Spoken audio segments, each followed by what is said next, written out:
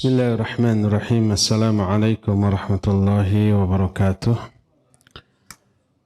Alhamdulillahilladzi anzala sakinata fi qulubil mu'minin liyazdadu imanan ma'a imanihim walillahi junudus samawati wal ard wa kana Allahu aliman hakima wa ashhadu an la ilaha illallah wahdahu la syarika lah إقرارا به وتوحيدا وأشهد أن محمدا عبده ورسوله صلى الله عليه وعلى آله وأصحابه وسلم تسليما مزيدا وبعد.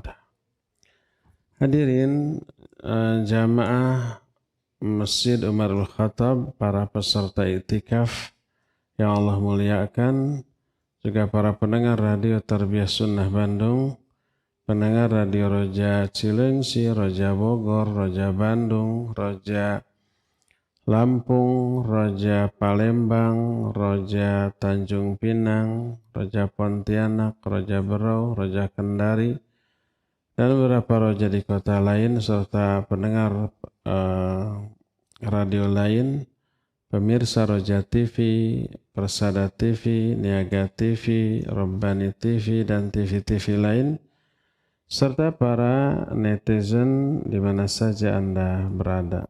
Alhamdulillah kita kembali berjumpa di kajian rutin Jumat sore membahas kitab Mukhtasar Ma'arijul Qabil. Kita sedang membahas beberapa Al-Asma'ul Husna, nama-nama serta makna yang terkandung di dalamnya. Nama atau sifat terakhir al-iradah sudah kita terangkan. Kita lanjut.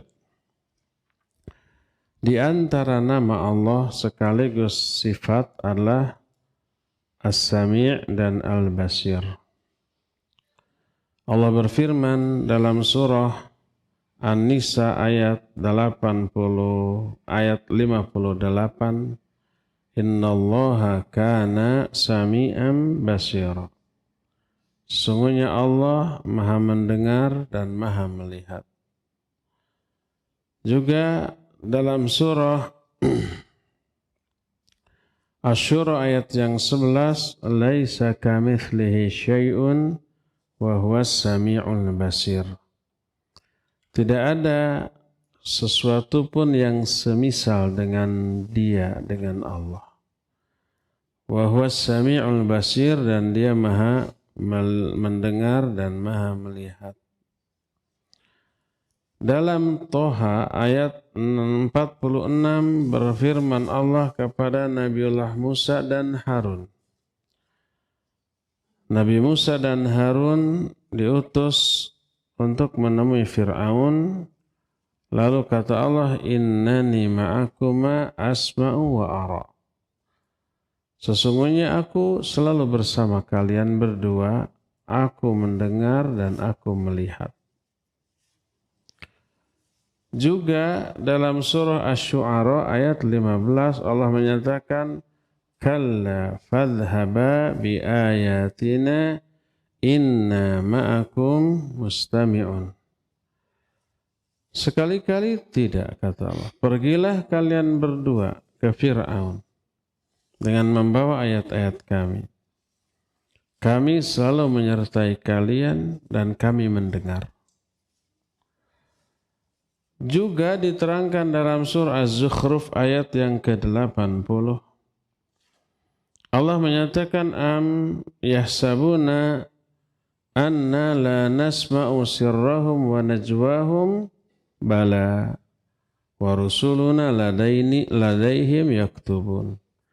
Apakah mereka mengira bahwa kami tidak mendengar rahasia mereka dan bisikan-bisikan mereka? Ya, kami mendengar. Sedangkan para utusan kami, yaitu para malaikat, mencatat, selalu mencatat di samping mereka. Para utusan di sini maksudnya malaikat pencatat, selalu mencatatkan apa yang dilakukan atau diucapkan oleh orang. Dalam surah Ali Imran 100 Allah menyatakan laqad sami'allahu qaulal ladzina qalu innallaha faqirun wa nahnu aghnia. Allah telah mendengar ucapan orang-orang yang berkata bahwa Allah itu fakir sedangkan kita kaya. Ini akibat orang, apalagi orang itu ada kedengkian kepada Islam, kepada Quran, memahami ayat Quran dengan otaknya. Kesimpulannya keliru. Allah di dalam Al-Quran menyatakan, Man dzalladzi yuqridullaha qardan hasan yudha'ifhu lahu. Siapa orang yang memberikan pinjaman yang baik kepada Allah, Allah akan lipat gandakan balasan. Ayat ini dibaca juga oleh orang-orang kafir.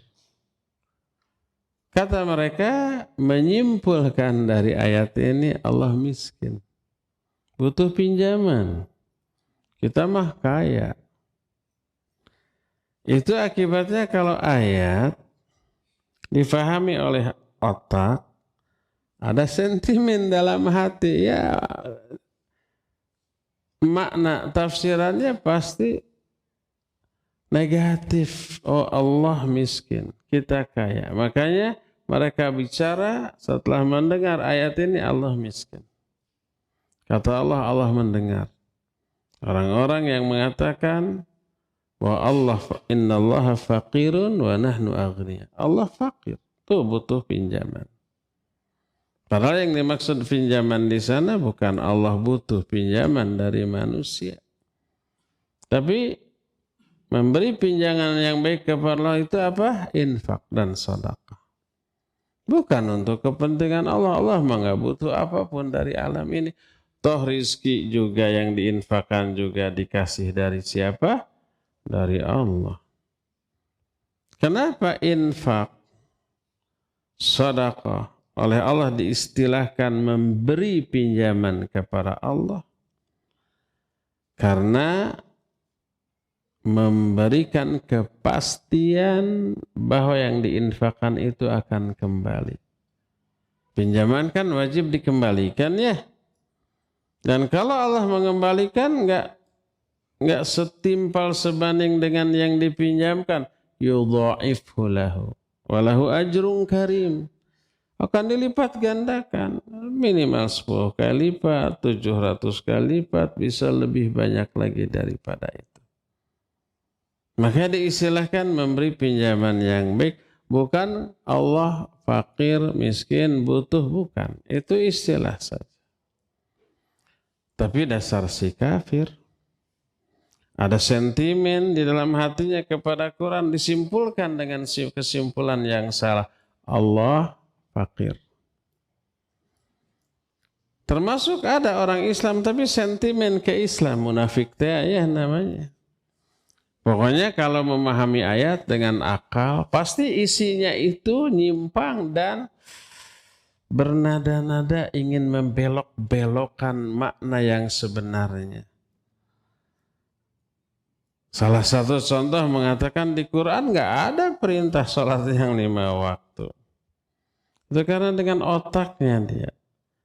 Kalau memahami ayat dengan penjelasan ahlinya yaitu para ulama, bakal banyak ayat ketemu yang memerintahkan sholat yang 5 waktu. Karena memahami ayat dengan athar, dengan nas hadis dari Rasul SAW. Tapi dengan otak, dengan akal ditambah ada sentimen, nggak akan ada hubungan antara perintah sholat yang 5 waktu dengan ayat manapun dalam Al-Quran. Kalau otak yang menghubungkan ditambah dengan rasa sentimen kepada Quran. Ini contohnya. Kata orang-orang Yahudi, Allah miskin, kita mah kaya. Kata Allah, Allah mendengar ucapan itu. Juga dalam surah Al-Alaq ayat yang ke-14, alam ya'lam bi anna Allah yara. Bukankah dia mengetahui bahwa Allah Maha melihat? Juga dalam surah Al-Mujadilah ayat yang pertama, qad sami'a Allahu qawla allati tujadiluka fi zawjiha wa tashtaki ila Allah. Wallahu yasma'u tahawurakuma innallaha sami'un basir. Allah telah mendengar ucapan seorang wanita yang mendebatmu, hai Muhammad, tentang suaminya. Istri ini curhat tentang suaminya. Dijelaskan, mendebat. Wanita tuh kayak gitu tuh. Wa tashtaki ilallah, kemudian wanita ini mengadu kepada Allah. Allah mendengar obrolan kalian berdua. Yaitu Nabi dengan wanita tersebut. Innallaha sami'un basir. Karena sesungguhnya Allah Maha mendengar dan Maha melihat. Dan banyak lagi ayat-ayat lain yang senada yang intinya Allah Maha mendengar, Allah Maha melihat. Berkata mu'alif setelah mengutip ayat-ayat tadi, Fasubhana man wasi'a sam'uhul aswat wa ahata basaruhu jami'al mubsarat. Sam'un la kasam'ina wa basarun la kabasarina bal lahul kamalul mutlaq alladhi yaliqu bihi ta'ala. Dari ayat-ayat tadi diambil faidah, kesimpulan, pelajaran bahwa Maha Suci Allah yang pendengarannya mencakup seluruh suara. Makna mendengarkan idrakus saut.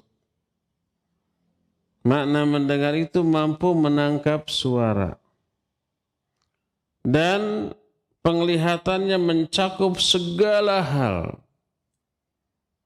Tapi mendengar yang berbeda dengan cara mendengar kita, melihat yang berbeda dengan cara melihat kita.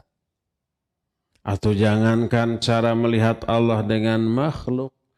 Cara melihat makhluk dengan makhluk aja satu sama lain kan tidak sama ya. Ada yang bisa melihat tapi bukan dengan mata, ada. Konon ular itu buta katanya. Entah buta entah tidak. Tapi dia mengetahui segala sesuatu dengan lidah yang dijulurkan, lidah itu dioleskan ke hidungnya, oleh hidung dihubungkan ke otak, tahu kondisi sekitar.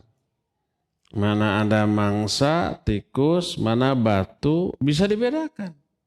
Gak pernah ada kasus ular gawok ngegel batu disangkanya tikus.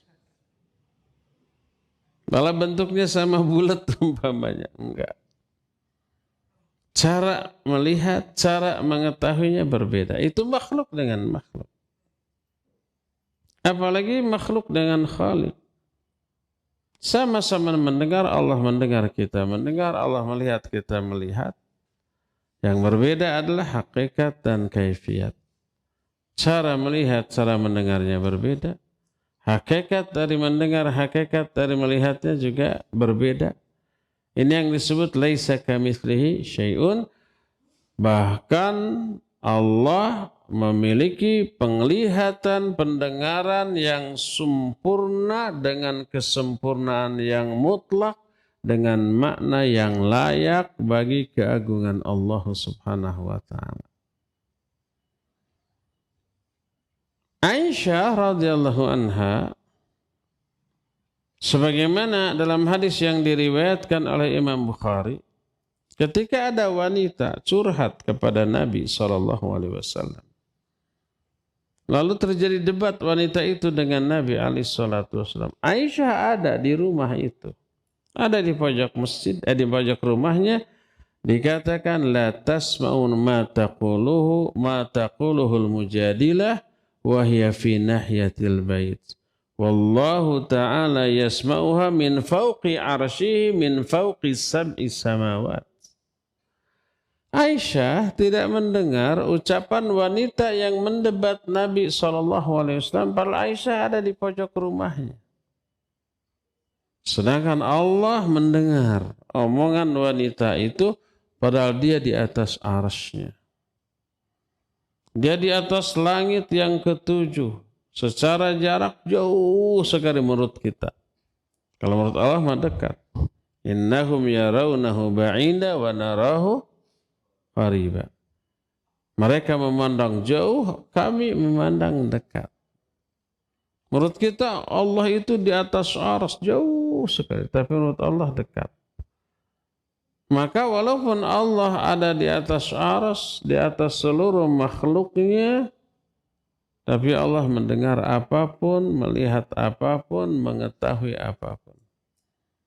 Dalam surah Al-Hadid Allah menyatakan huwallazi khalaqas samawati wal arda wa ma bainahuma fi sittati ayyam thumma istawa 'alal 'arsy ya'lamu ma yaliju fil ardi wa ma yakhruju minha wa ma yanzilu minas sama' wa ma ya'ruju fiha wa huwa ma'akum aina ma kuntum.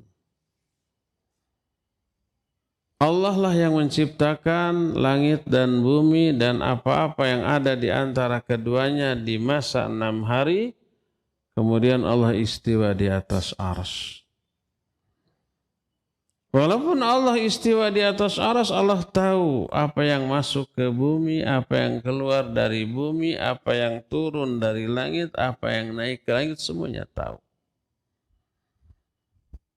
Allah tahu, Allah melihat, Allah mendengar. Jadi ketika ada wanita mendebat Nabi SAW di rumah Aisyah, Aisyah ada di pojok rumah, Aisyah nggak dengar. Tapi Allah mendengar. Dan ini menjadi dalil baik ayat ataupun hadis-hadis yang semakna ini amat sangat banyak menunjukkan Allah Maha melihat, Maha mendengar.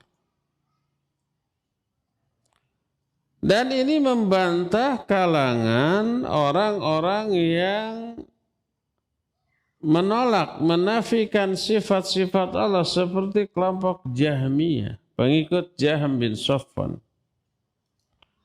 Mereka Jahmiyah ini tidak menetapkan baik nama ataupun sifat bagi Allah, padahal nama tersebut, sifat itu Allah tetapkan sebagai nama dan sifat bagi dirinya. Seperti dalam surah Al-Fatihah saja beberapa sifat Allah disebut oleh Allah Subhanahu wa ta'ala seperti Ar-Rahman, Ar-Rahim, seperti Maliki Yaumiddin. Ar-Rahman Ar-Rahim adalah sifat yang Allah tetapkan bagi dirinya sebagai sifat, nama sekaligus sifat. Oleh Jahmiyah ditolak. Atau nama dan sifat yang ditetapkan oleh Rasul sallallahu alaihi wasallam. Oleh Jahmiyah ditolak, termasuk sifat Allah As-Sami dan Al-Basir. Jahmiyah memandang Allah tidak melihat, Allah tidak mendengar. Niatnya baik, niatnya bagus. Apa niatnya? Dia ingin mensucikan Allah dari penyerupaan dengan makhluk. Karena Allah laisa kamitslihi syai'un. Kalau Allah mendengar, Allah melihat, makhluk mendengar, makhluk melihat, serupa dong gitu ya. Enggak, Allah enggak serupa. Maka dinafikan. Ditolak nama dan sifat ini bagi Allah Azza wa Jalla. Walaupun Allah menetapkan itu sebagai nama dan sifat bagi dirinya dalam Al-Quran, ditolak oleh Jahmiyah. Niatnya bagus. Cuma caranya salah, menolak Al-Quran. Kaidah menyatakan al-ghayah la tubarrirul wasilah. Tujuan tidak menghalalkan segala cara. Tujuan baik, cara harus baik. Yang dinilai itu cara. Tujuan baik, cara salah, dosa, keliru, sesat, menyimpang. Jadi mereka menolak sifat sifat dan nama-nama bagi Allah niatnya baik. Agar Allah tidak serupa dengan makhluk. Makhluk mendengar, makhluk melihat. Nah, kalau gitu Allah nggak boleh diyakini mendengar melihat. Kalau mendengar melihat berarti sama dengan makhluk. Tak disadari oleh mereka dengan menolak nama dan sifat bagi Allah dengan niat tadi itu ingin mensucikan Allah, tanpa mereka sadari mereka terjerumus ke dalam perbuatan menyamakan Allah dengan makhluk yang lebih hina. Kalau Allah dikatakan tidak melihat, tidak mendengar, apa tidak serupa dengan makhluk? Ada makhluk yang tidak melihat, tidak mendengar? Banyak, lebih hina statusnya. Bahkan disamakan dengan berhala yang disembah oleh orang-orang musyrik. Berhala dianggap Tuhan, sesembahan. Mendengar apa, melihat apa tidak? Enggak mendengar, enggak melihat. Ini yang disentil oleh Nabiullah Ibrahim alaihissalatu wassalam kepada bapaknya dan kaumnya yang menyembah berhala. Kata Nabiullah Ibrahim yang Allah abadikan dalam Al-Quran, dalam surah Maryam ayat 42. Ya abati lima ta'budu ma la yasma'u wa la yubsiru wa la yughni anka syai'a. Hai bapakku, kenapa engkau menyembah sesuatu yang tidak bisa mendengar, tidak bisa melihat, dan tidak bermanfaat sedikit pun bagimu? Masa yang kayak begitu yang disembah? Tidak mendengar, tidak melihat. Lebih hina kan? Dibanding makhluk yang mendengar, yang melihat. Jadi si Jahmiyah ini menolak sifat mendengar, melihat, dan sifat lainnya dari diri Allah. Tujuannya ingin mensucikan Allah dari penyerupaan dengan makhluk. Karena makhluk mendengar dan melihat. Ternyata dia terjerumus ke dalam penyerupaan Allah dengan makhluk yang lebih hina. Banyak makhluk yang tidak mendengar, tidak melihat. Dengan demikian si Jahmiyah ini mendukung hujah para penyembah berhala yang diingkari oleh Nabi Ibrahim. Kata Nabi Ibrahim, hei bapak, kenapa yang kamu sembah nggak bisa mendengar, nggak bisa melihat? Jadi kalau si Jahmiyah meyakini Allah tidak mendengar, tidak melihat, kena sindiran Ibrahim, ya enggak? Alaihi salatu wassalam. Maka orang kafir akan terbantu oleh hujah si Jahmiyah. Mereka akan berkata, kalau Allah umpamanya tidak mendengar, tidak melihat seperti keyakinan Jahmiyah, orang kafir akan ngomong, wa ma'budukum aidan la yasma'u wa la yubsiru. Sesembahan kalian juga tidak mendengar, tidak melihat. Kalau sembahan yang dimaksudlah Allah, versi siapa? Si Jahmiyah tadi. Ta'ala Allahu amma yaqulul kafiruna wadh-dhalimuna 'uluwan kabira. Maha tinggi Allah dari perkataan orang kafir, orang zalim dengan setinggi-tingginya dan sebesar-besarnya. Makanya ngaconya super berat si Jahmiyah ini. Karena menghinakan Allah Azza wa Jalla.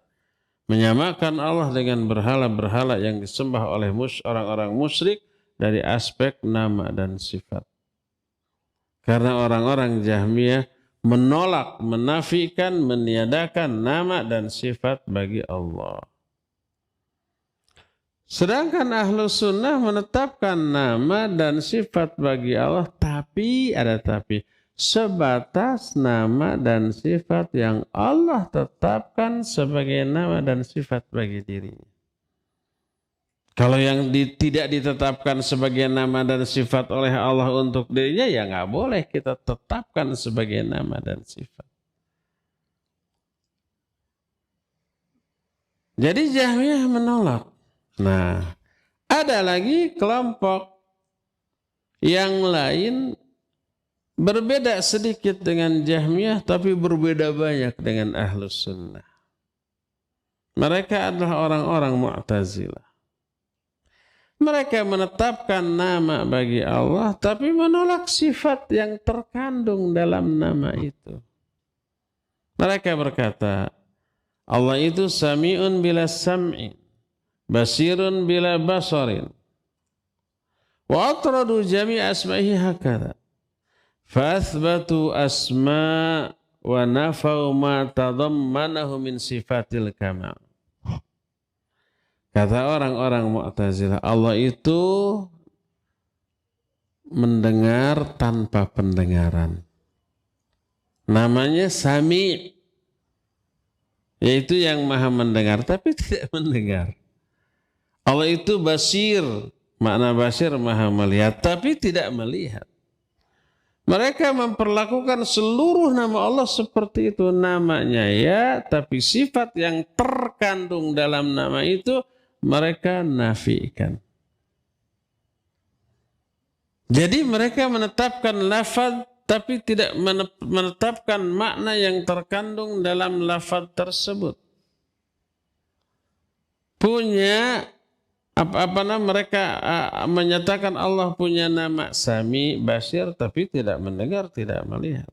Pada intinya sifat Allah dalam pandangan orang Mu'tazilah sama dengan yang ditetapkan oleh Jahmiyah. Menyimpang masing-masing keduanya terhadap kitab dan sunnah yang sahih dan akal yang sehat. Maka orang-orang Mu'tazilah menjadikan nama-nama Allah itu seperti memberi nama atau nama yang dimiliki oleh orang. Orang memberi ada nama, diberi nama, dan namanya ada makna, tapi maknanya ini enggak berarti terhadap karakter orang itu. Ada nama Ahmad tapi kelakuannya pika sebelen. Ada kan? Namanya Ahmad. Apa arti dari Ahmad? Yang terpuji. Tapi kelakuannya tercela. Ada orang namanya Asep, artinya Kasep. Tapi ternyata goreng patut. Ada namanya Sidik, tapi karakternya pembohong. Gak nyambung antara nama dengan sifat. Nama yang dimiliki oleh orang tidak mengandung sifat yang makna dari sifat itu terkandung dalam nama ini. Orang kan seperti itu ya? Iya tuh. Nah, orang Mu'tazilah itu menyamakan nama dan sifat Allah seperti nama dan sifat manusia. Ada nama bagi Allah tapi makna yang terkandung dalam nama itu nggak ada makna.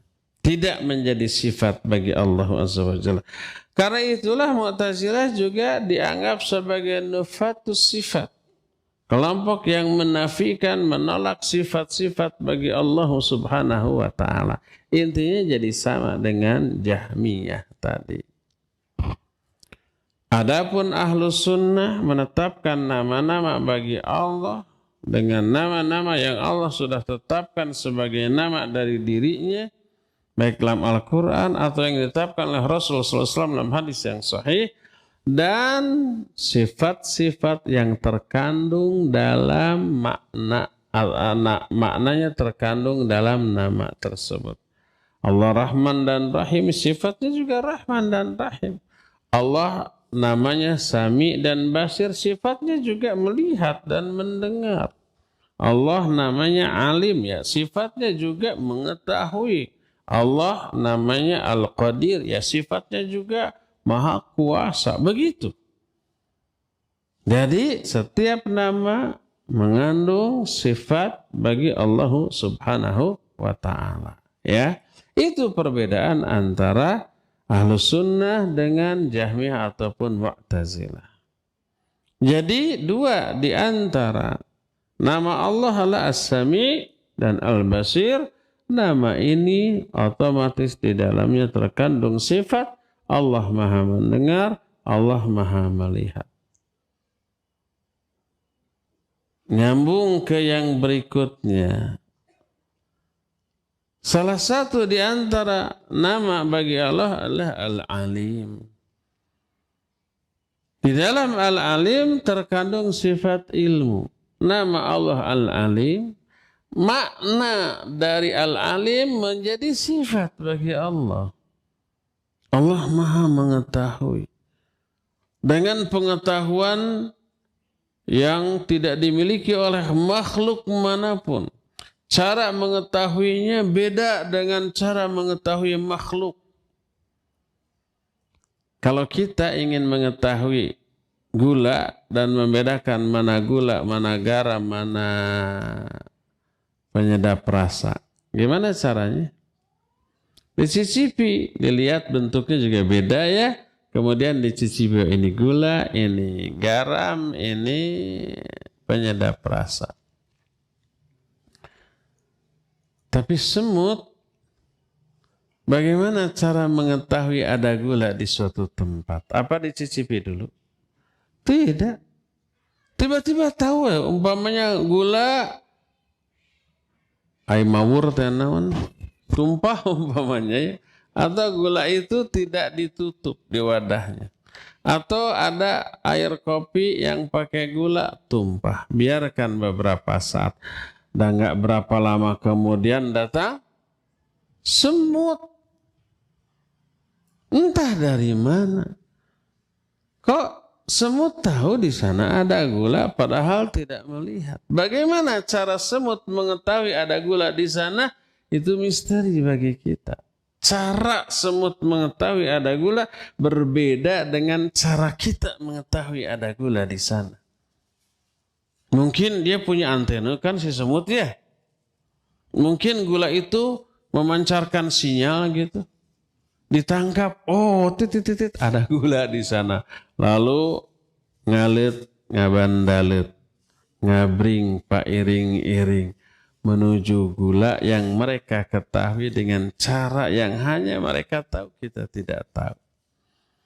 Saya nggak tahu kalau antena si semut itu digunting sama kita. Apa masih nggak dia bisa mengetahui di mana letak gula? Wallahu a'lam. Apa itu alatnya? Hanas, digunting, tetap tahu. Tapi jangan coba-coba. Zalim ya, kasihan si semut nanti. Jadi cara mengetahui kita dengan semut terhadap gula sudah berbeda. Begitu juga umpamanya cara mengetahui ular terhadap mangsanya. Bukan dengan cara dilihat, bukan dengan cara didengar, bukan dengan cara diraba, wallahu alam. Tapi mungkin dengan lidahnya yang dijulur-julurkan. Lidahnya menangkap entah bau, entah sinyal, entah apa gitu ya. Dari mangsanya, ketahui dikirim ke otaknya. Si lidahnya dijilatkan ke hidung, oleh hidung kemudian dikirim ke otaknya. Tahu ada mangsa di sekitar, ngumpet di arah mana, dan seterusnya kan gitu. Cara mengetahuinya. Itu beda dengan cara kita mengetahui adanya tikus. Kita mah cara mengetahui tikus di suatu tempat mungkin dilihat, mungkin didengar. Tuh cicitan tuh didinya pasti ada semut. Kan gitu ya. Jadi makhluk dengan makhluk cara mengetahui sudah berbeda. Apalagi dengan Allah Azza wa Jalla. Allah Al-Alim itu namanya. Dan makna yang terkandung dalam Al-Alim adalah mengetahui itu sifatnya. Bagaimana cara mengetahui Allah terhadap apapun? Laisa kamitslihi syai'un. Tidak sama dengan cara mengetahui seluruh makhluknya.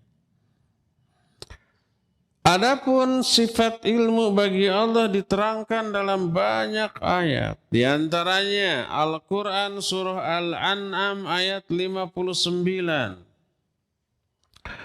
Kata Allah, wa indahu mafatihul ghaibi la ya'lamuha illahu wa ya'lamu ma fil barri wal bahri wa ma tasqutu min waraqin illa ya'lamuha wa la habbatin fi dhulumatil ard wa la ratabin wa la yabisin illa fi kitabim mubin. Di sisi Allah ada kunci-kunci kegaiban. Ilmu gaib, seluruh yang gaib Allah tahu. La ya'lamuha illahu, tak ada seorang pun yang tahu kecuali Dia. Termasuk malaikat enggak tahu kunci kegaiban. Wa ya'lamu ma fil barri wal bahr. Allah tahu semua yang ada di darat, semua yang ada di laut. Wa ma tasqutu min waraqah. Tidak ada satupun daun yang jatuh illa ya'lamuha, kecuali Allah tahu. Kita sekarang ada di sini, ada jutaan miliaran daun berjatuhan di luar, di tempat lain, di hutan-hutan kita nggak tahu. Allah mah tahu. Di tengah hutan yang masih perawan, nggak pernah ada orang ke sana, banyak daun berjatuhan, Allah tahu. Wala habbatin fi dhulumatil ard, dan tidak ada satu benih, satu biji pun di kegelapan bumi kecuali Allah juga tahu, baik yang basah yang kering, semuanya tahu dan semuanya telah Allah catat dalam sebuah kitab. Kitab yang dimaksud adalah Lauhul Mahfuz. Itu pengetahuan Allah sampai sedetil itu. Juga dalam surah Al-Hujurat ayat yang ke-16 Allah menyatakan, wallahu ya'lamu ma fis samawati wa ma fil ard wallahu bikulli syai'in alim. Allah Maha mengetahui apa saja yang ada di langit dan apa saja yang ada di bumi, dan Allah Maha mengetahui terhadap segala sesuatu. Bahkan sesuatu yang tidak nampak Allah tahu. Contoh yang tidak nampak, apa yang ada di dalam isi hati kita. Bisikan hati kita Allah tahu. Lebih tahu daripada diri kita sendiri. Lirikan mata hanya sekilas Allah tahu. Sebagaimana firman Allah dalam Al-Quran surah Ghafir ayat 19, ya'lamu kha'inatal a'yun wa ma tukhfis sudur. Allah mengetahui pengkhianatan mata dan apa yang tersembunyi dalam dada, apa yang disembunyikan di dalam dada manusia. Walaqad khalaqnal insan wa na'lamu ma tuwaswisu bihi nafsuh wa nahnu aqrabu ilaihi min hablil warid. Kata Allah, kami yang telah menciptakan manusia. Dan kami mengetahui apa yang dibisikkan oleh hati-hati mereka. Dan kami lebih dekat kepada mereka dibanding urat leher mereka sendiri. Urat leher ini dekat dengan kita, bukan dekat lagi, nempel. Tapi Allah lebih dekat lagi kepada kita dibanding kita dengan urat leher kita. Maknanya Allah lebih mengetahui isi semua dalaman kita, lahir kita, batin kita dibanding diri kita sendiri. Apalagi lahiriah kita nggak tahu dalam kita kayak gimana ya.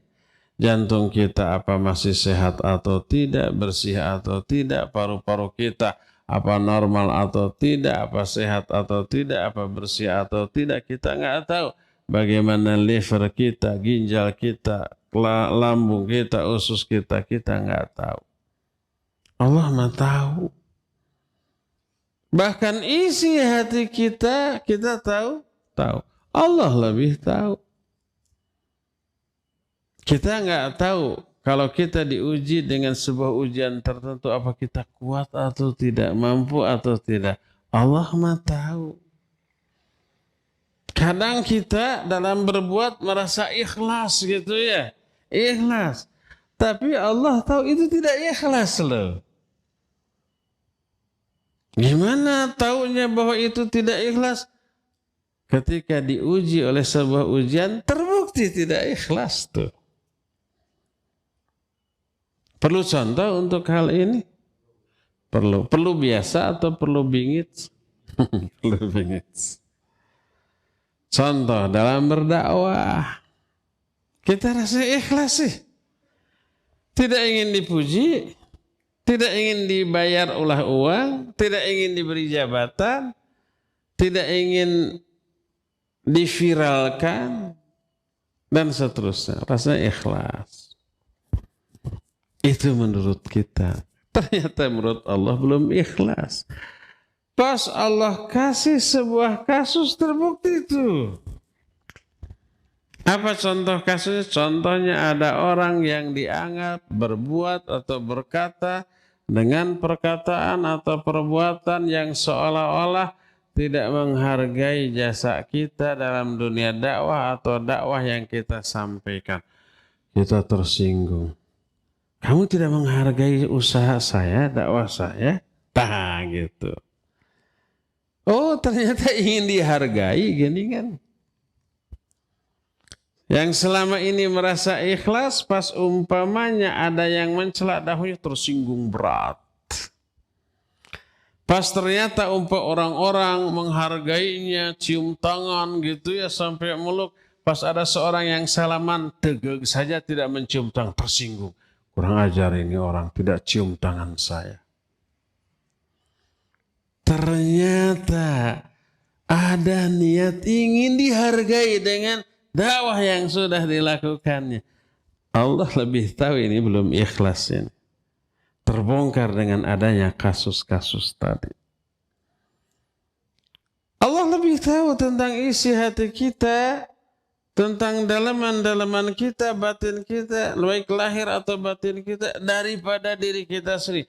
Wa nahnu aqrabu ilaihi min hablil warid. Atau jangankan Allah. Para malaikat saja yang ditugaskannya tahu isi hati kita apa tidak? Para malaikat pencatat tahu. Berdasarkan hadis apabila seseorang hamba berniat, baru niat nih, belum berbuat, mau melakukan sebuah kebaikan, sebuah amal soleh, malaikat mencatat niat itu dengan satu kebaikan. Tidak diucapkan, belum dilakukan, baru niat sudah dicatat. Berarti malaikat tahu, baru niat. Kalau ternyata jadi dilakukan, pahalanya tetap satu? Enggak, dilipat gandakan 10. Man ja'a bil hasanah falahu asyru amsalih. Kalau ternyata enggak jadi dilakukan, enggak jadi ini dilakukan. Karena malas, dipikir-pikir malas, haroream, nggak jadi cancel.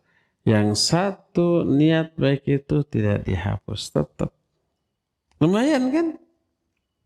Tapi kalau nggak jadinya itu karena ada uzur, dia sudah niat, tekad, sudah ikhtiar, usaha, ada uzur, nggak jadi dilaksanakan, tetap 10. Sama dengan apabila dilaksanakan. Contoh sudah azan berkumandang. Tahu azan zuhur jam 12 kurang 10 umpamanya. Dia berwudu. Dia ambil pakaian gamis, saru, kopiah, pakai subrot, pakai wangi-wangian.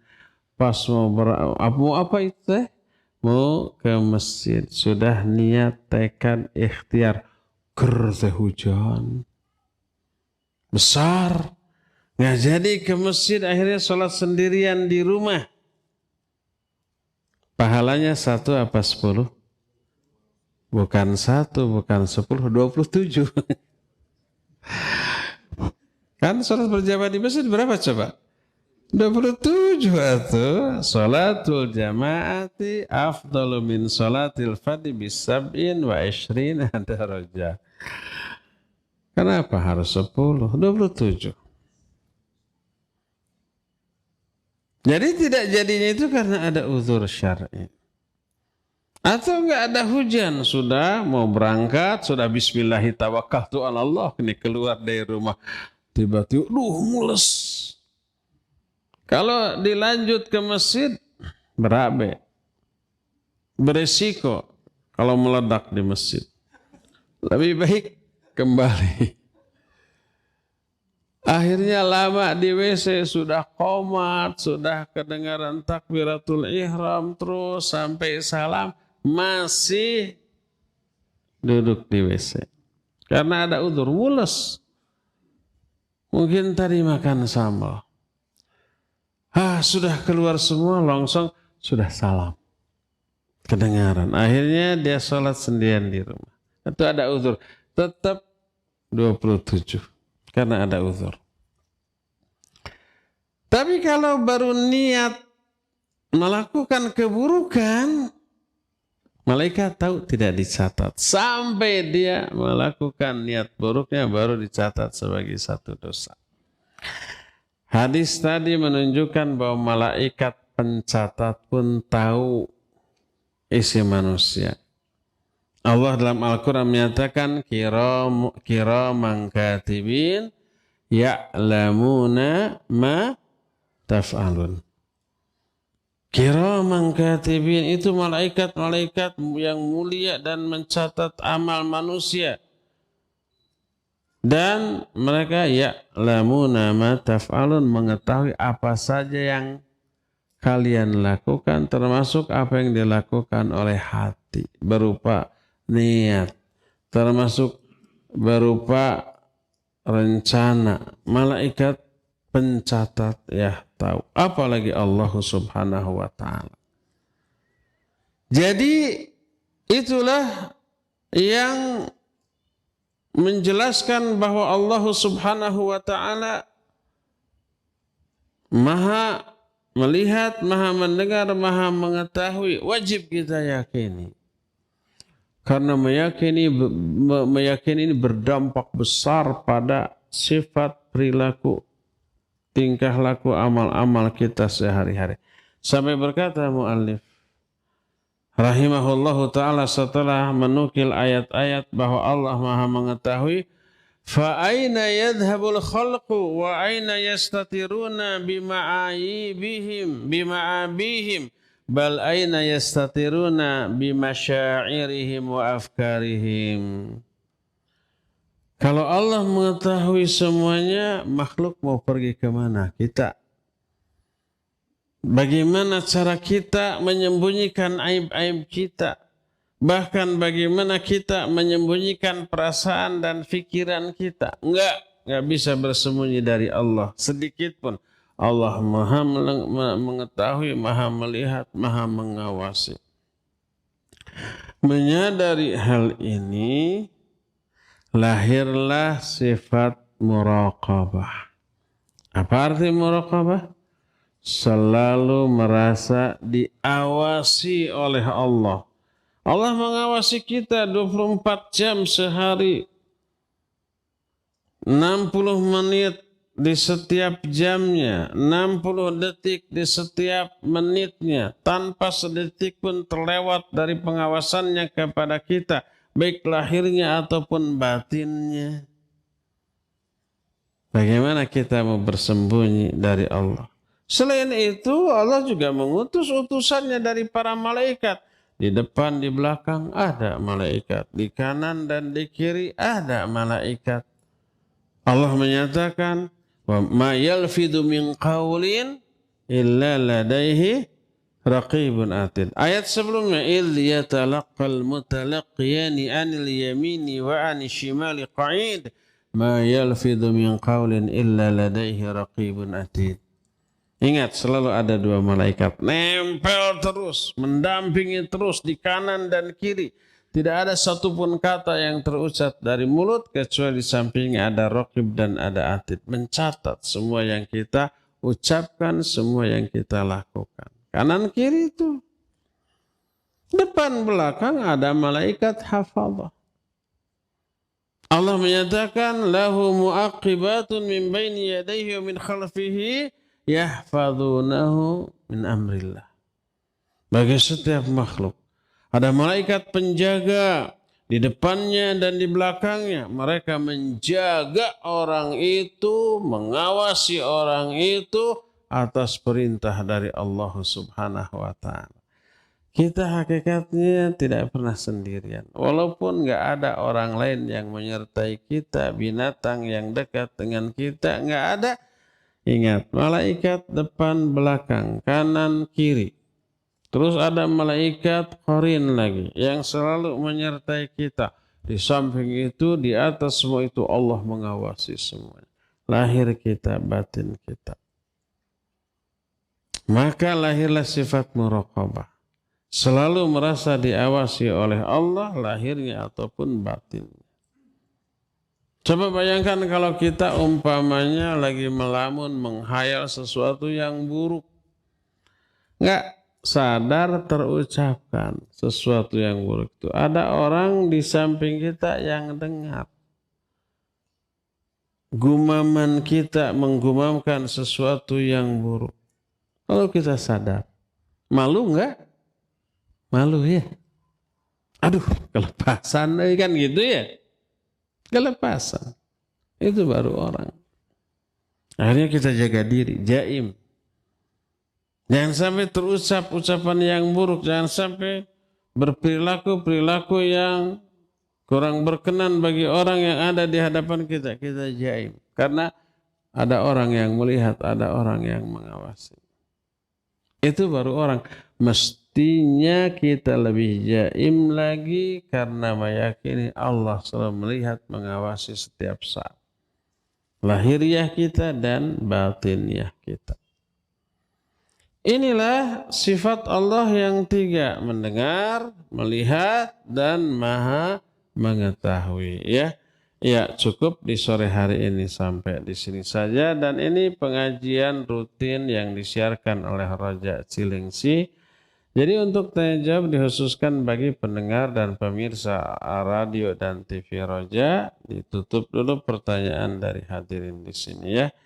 Kepada Al-Akh Al-Fadhil Abu Lukman di studio Radio Roja Cilengsi dipersilakan untuk memandu tanya jawab dengan pendengar ataupun pemirsa. Wassallallahu ala nabiyina Muhammadin wa ala alihi wa ashabihi wassalam. Mangga silakan. Jazakallahu khairan kami sampaikan kepada Ustadz Abu Haidar As-Sundawi hafizahullahu ta'ala yang telah memberikan nasihatnya kepada kita di kesempatan sore hari ini di bulan Ramadan, di bulan Al-Quran. Langsung dari Masjid Umar bin Khattab di Desa Selacau, Kabupaten Bandung Barat. Dan untuk berikutnya kami undang Anda, para sahabat Roja dimanapun Anda berada, silahkan Anda bisa melayangkan pertanyaan Anda. Iya, silahkan. Assalamualaikum. Waalaikumsalam warahmatullahi wabarakatuh. Dengan siapa di mana Bapak? Waalaikumsalam warahmatullahi wabarakatuh. Dengan siapa di mana Bapak? Dari Pak Gufran di Banjarmasin. Di mana Pak? Mohon maaf. Di Banjarmasin, Kalimantan Selatan. Oh baik. Baik, mohon Bapak untuk dikecilkan terlebih dahulu televisinya. Ya. Kami persilahkan Bapak. Sebentar.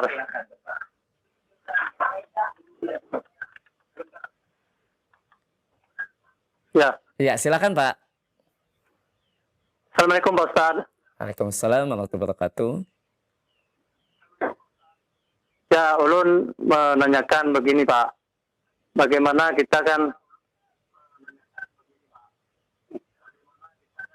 di seumpama kita di dalam WC berpakaian waktu mandi itu kurang cukup lah untuk menutupi aurat.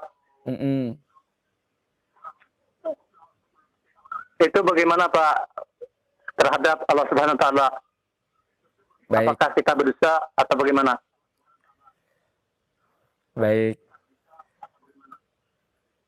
Baik, jazakallahu khairan Bapak atas pertanyaannya. Kami persilahkan Ustaz. Barakallahu fiik, Bapak di Banjarmasin ya. Kalau nggak salah pertanyaannya bagaimana dalam sebuah meeting gitu. Ya? Betul meeting? Di kamar mandi Ustaz. Oh mandi. Ya. Oh, ketika mandi membuka aurat. Mandi apa meeting? Mandi. Iya, selama tak ada orang lain kecuali kita atau istri kita, tidak mengapa.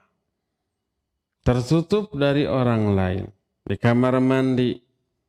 Apa Allah melihat? Ya tentu saja melihat.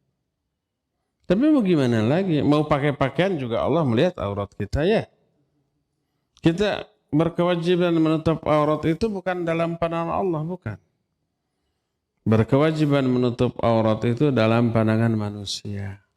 Dan dalam pandangan Allah itu mah ya, kita mau pakai baju 10 rangkap juga aurat kita kelihatan oleh Allah. Kelihatan. Jadi tidak masalah. Kita masuk ke WC, nggak ada orang lain kecuali kita. Kemudian kita membuka pakaian, terbuka aurat kita. Terlihat oleh Allah? Pasti. Terlihat oleh malaikat? Tergantung malaikatnya. Kalau malaikat pencatat amal, iya. Malaikat pencatat amal masuk WC? Iya, masuk WC. Bukankah malaikat tidak akan masuk WC? Itu malaikat rahmat. Tidak akan masuk WC. Kita ke WC, mereka nggak ikut. Tapi malaikat pencatat amal ya ikut. Kalau nggak ikut, nanti di WC berbuat dosa nggak kecatat dong. Jangan ada pikiran asik mumpung di WC nggak ada malaikat. Akhirnya bebas melakukan dosa di dalam WC. Keliru dia. Tetap malaikat pencatat amal masuk ke WC. Bahkan malakul maut bila dia sampai waktunya meninggal dalam WC, malakul maut masuk. Ada orang yang mati di WC? Ada banyak. Siapa yang mencabut nyawanya? Malakul maut. Katanya malaikat nggak masuk WC. Itu malaikat rahmat. Otomatis malaikat pencatat amal melihat aurat kita di dalam WC. Nggak masalah. Jadi kalau kita di WC, BAB, BAK, bahkan mandi sampai terbuka seluruh aurat, terlihat oleh Allah, terlihat oleh malaikat yang ada di sana, nggak masalah. Yang terlarang adalah memperlihatkan aurat kepada sesama manusia, itu yang terlarang ya. Demikian Pak, wallahu a'lam bissawab. Silakan lagi Abu Lukman. Baik, jazakallahu khairan Ustaz atas penjelasannya, dan berikutnya pertanyaan melalui pesan WhatsApp Ustaz dari Bapak Abdullah di Bengkulu. Ingin bertanya Ustaz terkait malam Lailatul Qadar Ustaz, apakah yang mendapatkan malam Lailatul Qadar ini hanya satu orang sehingga harus diperebutkan atau banyak orang Ustaz? Jazakallahu khairan.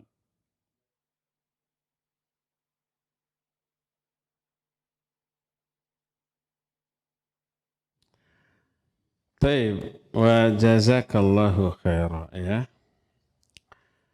Lailatul Qadar bukan benda yang diberikan kepada orang, apalagi benda satu orang yang dapat, yang lain berebut, nggak begitu. Yang jelas Lailatul Qadar turun di suatu malam yang kita tidak tahu kapan malam turunnya Lailatul Qadar. Bisa ganjil, bisa genap. Maka jangan cari hanya di malam ganjil saja.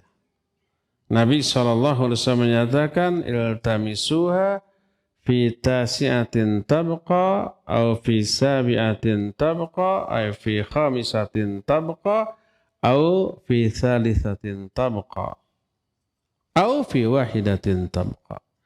Cari Lailatul Qadar di 9 hari terakhir, 7 hari terakhir, 5, 3, atau 1 hari terakhir. Dan itu bisa ganjil, bisa genap. Tergantung berapa hari jumlah bulan Ramadan di tahun itu. Seperti sekarang kita umpamanya 39 hari, andai lebaran itu hari Senin, berarti bagi kita 29 hari. Kalau Selasa berarti 30 hari. Nah, sekarang kalau 29 hari, 9 hari terakhir itu ganjil apa genap? Jawab. ganjil.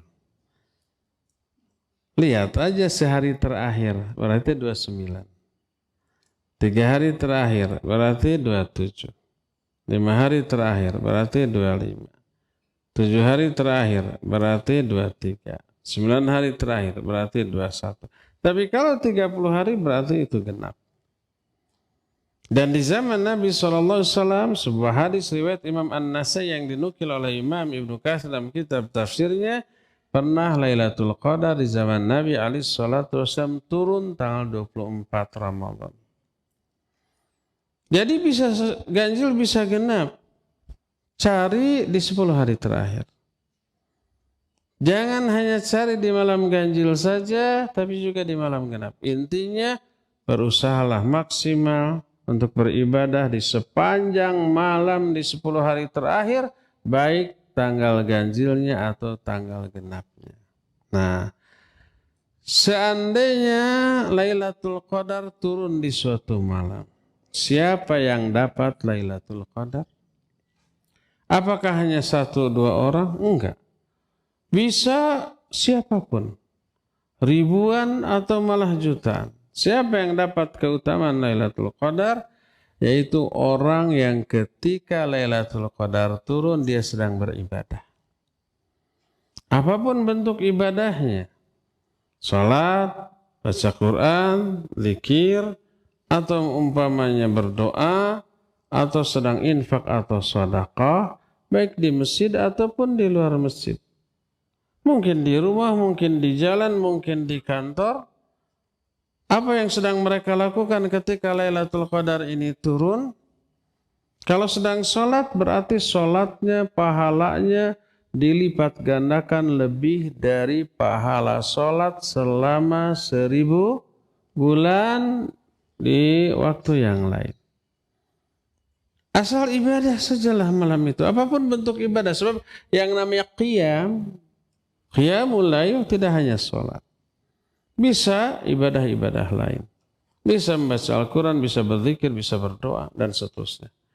Ada orang yang tidak bisa iktikaf di masjid karena ada kewajiban. Seperti para polisi lalu lintas. Di 10 hari terakhir kan ada instruksi harus turun ke jalan-jalan untuk mengatur arus mudik agar lalu lintas lancar, diatur wae macet. Apalagi kalau tidak diatur, lebih macet, lebih parah. Mereka bertugas. Nah itu kewajiban mereka. Mereka dibayar untuk itu. Kalau mereka meninggalkan tugas untuk mengejar iktikaf yang sunnah, salah mereka. Yang wajib harus lebih dahulukan daripada yang sunnah. Atau ada dokter atau perawat yang harus berjaga di rumah sakit untuk menolong nyawa orang. Itu kewajiban. Sedangkan iktikaf sunnah. Atau security harus berjaga malam. Dan itu tugas, kewajiban berdasarkan kontrak yang sudah mereka buat dengan perusahaannya. Wajib. Sehingga tidak bisa melakukan iktikaf yang hukumnya sunnah. Ketika mereka berjaga, dokter memeriksa pasien, polisi umpamanya mengatur lalu lintas, security menjaga keamanan, itu ibadah karena melaksanakan kewajiban. Saat itu turun Lailatul Qadar. Mereka dapat keutamaan Lailatul Qadar, memperoleh pahala lebih baik daripada 1000 bulan untuk amalan yang sedang mereka kerjakan. Yang tentu saja mengatur lalu lintas tidak sebanding dengan sholat.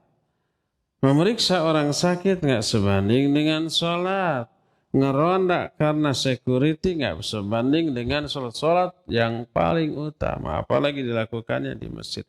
Kadang ada ibu-ibu nggak bisa iktikaf karena kewajiban sebagai ibu rumah tangga di rumah. Akhirnya dia ibadah di rumah. Sholat di rumah, baca Quran di rumah, zikir di rumah. Saat itu turun Lailatul Qadar. Dia memperoleh pahala dari ibadahnya lebih dari 1000 bulan apabila dibanding dengan 1000 bulan yang dilakukan di waktu-waktu lain. Itu dapat keutamaan Lailatul Qadar? Iya. Segimana dapat keutamaan? sangat tergantung dari jenis ibadah, apa yang sedang dia lakukan, ibadah atau bukan.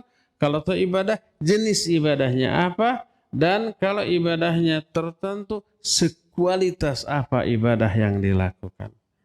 Orang umpamanya sama-sama sholat di masjid, Lailatul Qadar turun. Apakah pahala keutamaannya sama? Tidak. Tergantung kualitas sholatnya. Yang ini mah khusyuk, yang ini mah melamun. Beda. Pahalanya ya enggak? Yang ini mah ikhlas, yang ini mah ria. Yang ria malah dosa. Oleh karena itulah maka Lailatul Qadar bukan berupa barang yang diberikan, tapi berupa anugerah, rahmat, ampunan, pahala, karunia Allah turunkan, dan Allah berikan dengan nilai lebih dari 1000 bulan dibanding yang di waktu yang lain, dan diberikan kepada orang yang sedang beraktivitas kebaikan. Semakin baik jenis kebaikan yang dilakukannya, semakin bagus, semakin besar pahalanya. Jadi itulah Lailatul Qadar, bukan satu barang yang diberikan hanya ke seorang, selain orang itu enggak dapat. Enggak. Oleh karena itulah maka Lailatul Qadar bisa didapat oleh siapapun asal dia sedang melakukan amal soleh ketika Lailatul Qadar ini turun. Wallahu a'lam bishawab. Silakan lagi Adyar. Jazakallahu khairan Ustaz atas penjelasannya, dan berikutnya kami angkat kembali pertanyaan melalui line telepon. Kami persilahkan. Iya. Assalamualaikum. Waalaikumsalam warahmatullahi wabarakatuh. Dengan siapa di mana Bapak? Pak Ruslan di Banjarmasin. Baik, silakan Pak Ruslan. Saya mau bertanya ini tentang sholat berjamaah. Kan kalau imam satu, makmum satu, posisi imam dengan makmum sejajar. Nah, tapi kalau datang ada makmum yang satu, cuman anak-anak sekitar umur 4-5 tahun, tapi belum dihitan, apakah itu boleh dijadikan makmum di belakang dua begitu atau bagaimana? Baik. Baik, terima kasih Pak Ruslan di Banjarmasin. Kami persilahkan Ustaz.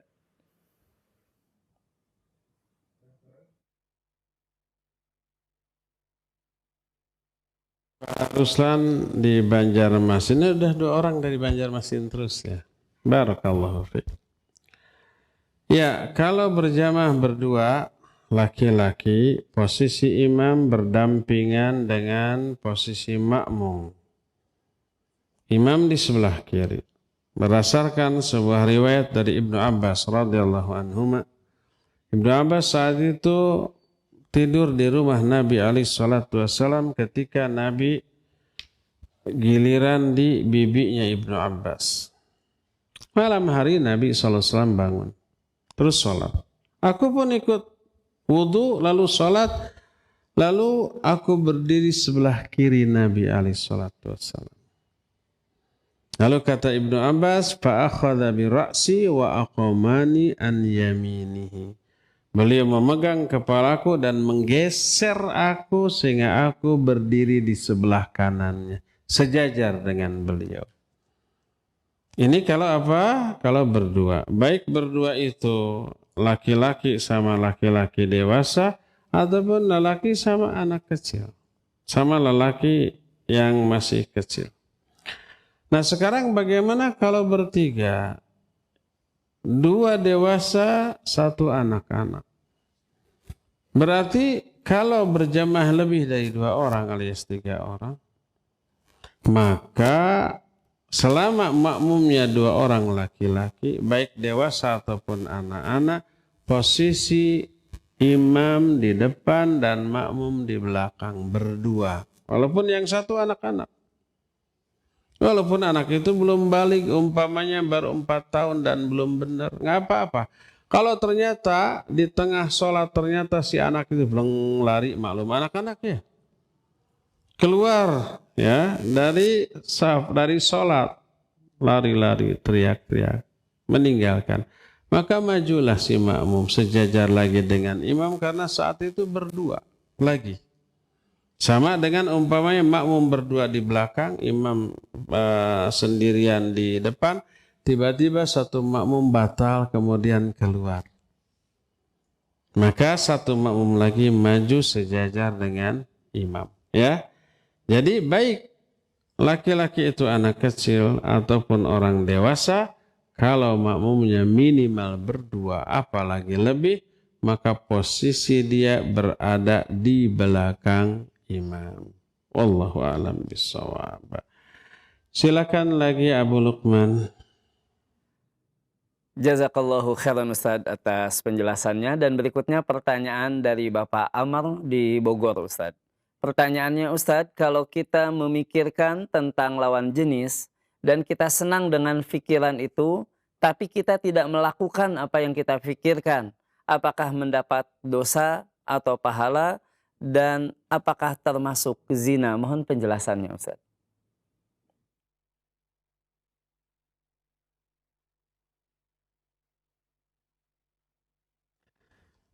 Barakallahu fiik. Kalau umpah kita menghayalkan lawan jenis.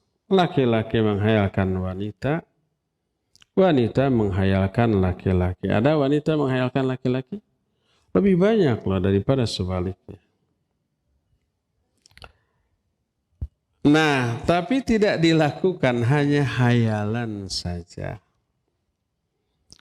Apakah itu perbuatan buruk? Ya, perbuatan buruk. Apakah itu sudah dicatat? Ya, sudah dicatat. Karena apa? Karena itu amalan hati dan bukan niat.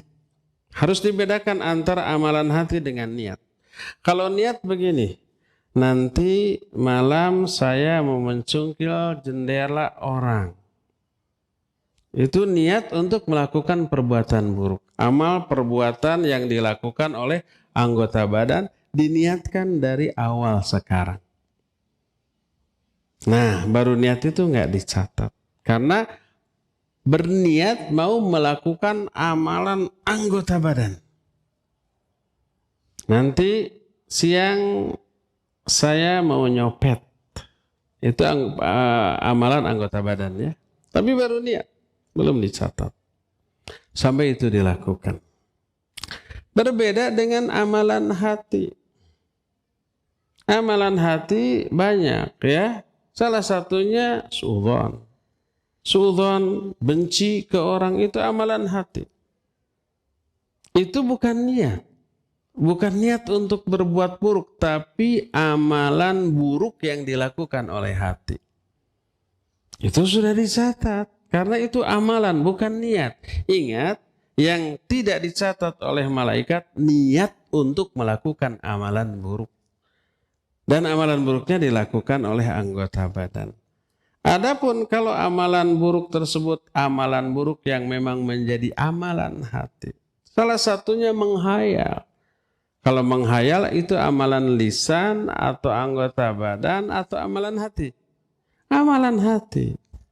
Maka itu sudah berupa amalan yang buruk yang dilakukan oleh hati, maka dicatat sebagai sebuah dosa dan keburukan. Ya, berdasarkan hal itu harus dibedakan antara niat untuk beramal dengan niat untuk mengamalkan amalan buruk dengan amalan hati yang buruk. Itu dua hal yang berbeda. Ya, wallahu a'lam bishawab.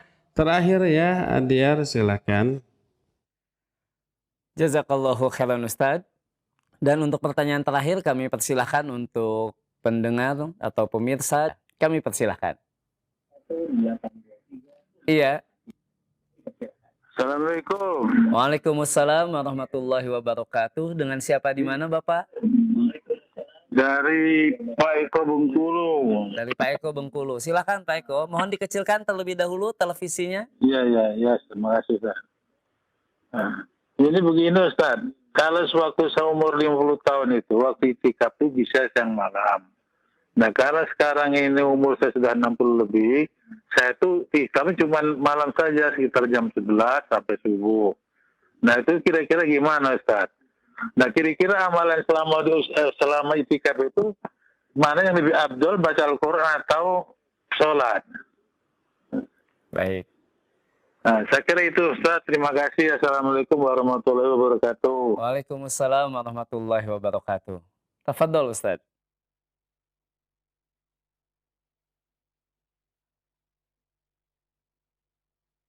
Abu Lukman, bisa diulang pertanyaannya, kurang jelas. Pertanyaan dari Bapak Eko di Bengkulu. Beliau ketika usia masih 50 tahun, iktikaf bisa sehari dari siang sampai malam, Ustadz. Namun ketika usianya sudah lebih dari 60 tahun, hanya bisa iktikaf dari pukul 11 malam sampai subuh. Apakah ini bisa disebut iktikaf, Ustadz? Kemudian amalan apa yang sebaiknya dilakukan ketika iktikaf? Membaca Al-Quran atau sholat, Ustadz? Mohon penjelasannya.